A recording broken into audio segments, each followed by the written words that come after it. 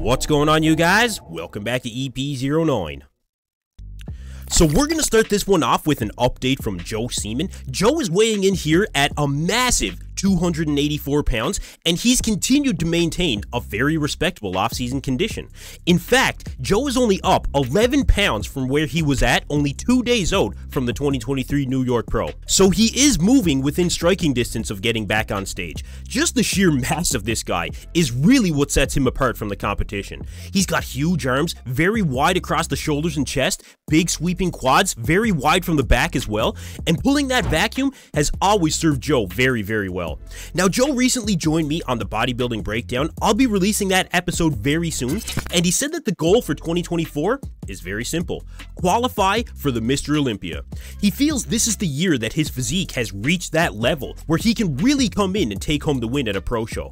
And you know what? I think in the right lineup, that's definitely possible. Like I keep saying, I think the mass monsters are making a serious comeback in 2024, and Joe fits right into that category. So with a few more pounds of stage weight in 2024, you can expect Joe Seeman to get on a few more radars this year. He's focused, he's determined, and he's ready. Alright, so next up, we have an update from our reigning Mr. Olympia, Derek Lunsford, and the guy looks like he could honestly step on stage tomorrow. He still has a full defined 8-pack. He's still got striations going through the chest and the shoulders. He's really just maintaining an overall Mr. Olympia level physique that we've come to expect. And we are seeing more and more of this lately. Top level competitors are staying in pretty ridiculous shape year round.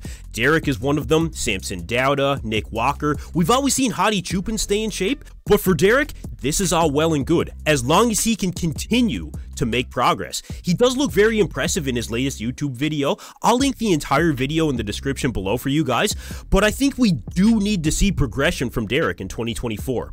In the gym, and literally of course as it currently stands, Derek is Mr. Olympia, but to be a multiple time champion, he's going to have to show up sharper in the front than he did at the 2023 Olympia, which I think still comes down to an amount of muscle maturity, and I think he's also going to have to add a few more pounds of stage weight to show just further progression as a Mr. Olympia champion.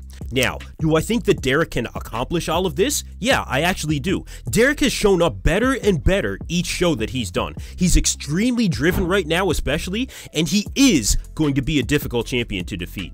So let me know what you guys think of our reigning Mr. Olympia in the comments below, and what you think Derek needs to do to retain that Olympia title. Lights out. Next level. Alright, next up, speaking of impressive off-season physiques, Nick Walker dropped a physique update that really gave the bodybuilding world a pretty decent rattle actually.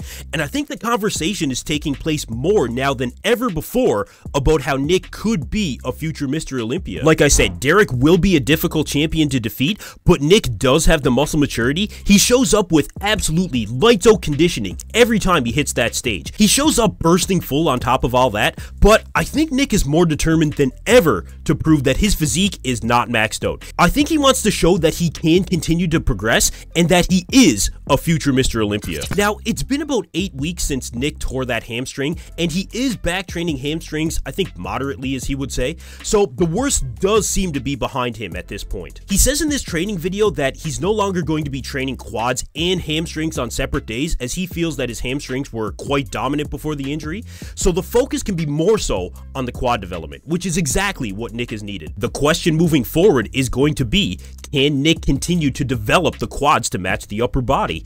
And look, if he can get that ultimate balance between upper and lower body, I do think that we are looking at a future Mr. Olympia champion in Nick Walker. Has the hamstring injury hindered that progress and taken away that chance? I personally don't think so, especially because it is very early in the 2024 season. But you guys let me know in the comments what you think. Alright, last up, it seems that Samson Dauda is the latest victim of a hamstring injury. Samson revealed that he suffered a hamstring injury himself, which is actually affecting his ability to train his hamstrings. He released a physique update, as he says, 2 days post-injury, and honestly, I mean, if he didn't say anything at this point, I don't think anybody would have even noticed that he had a hamstring injury. But Samson has been an open book in terms of his day-to-day life as a bodybuilder, and the fans always really appreciated that. So Samson gave us some details on how the recovery process is going and his plans over the next couple of weeks. Check it out here. I could walk around, I could move around.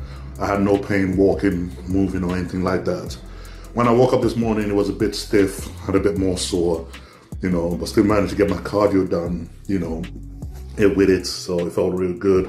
Obviously, it's going to take some time for this to heal, so we're just going to repeat that process. She's going to have another look at it again next week, and we're just going to work at it, man. I'm massaging, I'll use the massage gun on it, and I ice it every day, and hopefully it just gets better with time.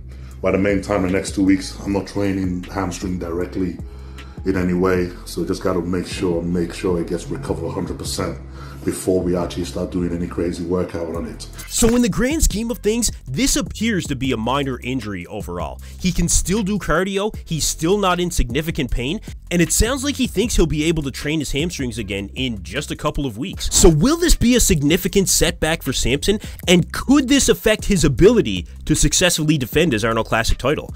As of now, I really don't think so. Unless this becomes significantly worse for some reason, I think we are going to see Samson retain that Arnold title, and really go on to be a serious threat to that Olympia title as well. But, as always, you guys let me know what you think in the comments below.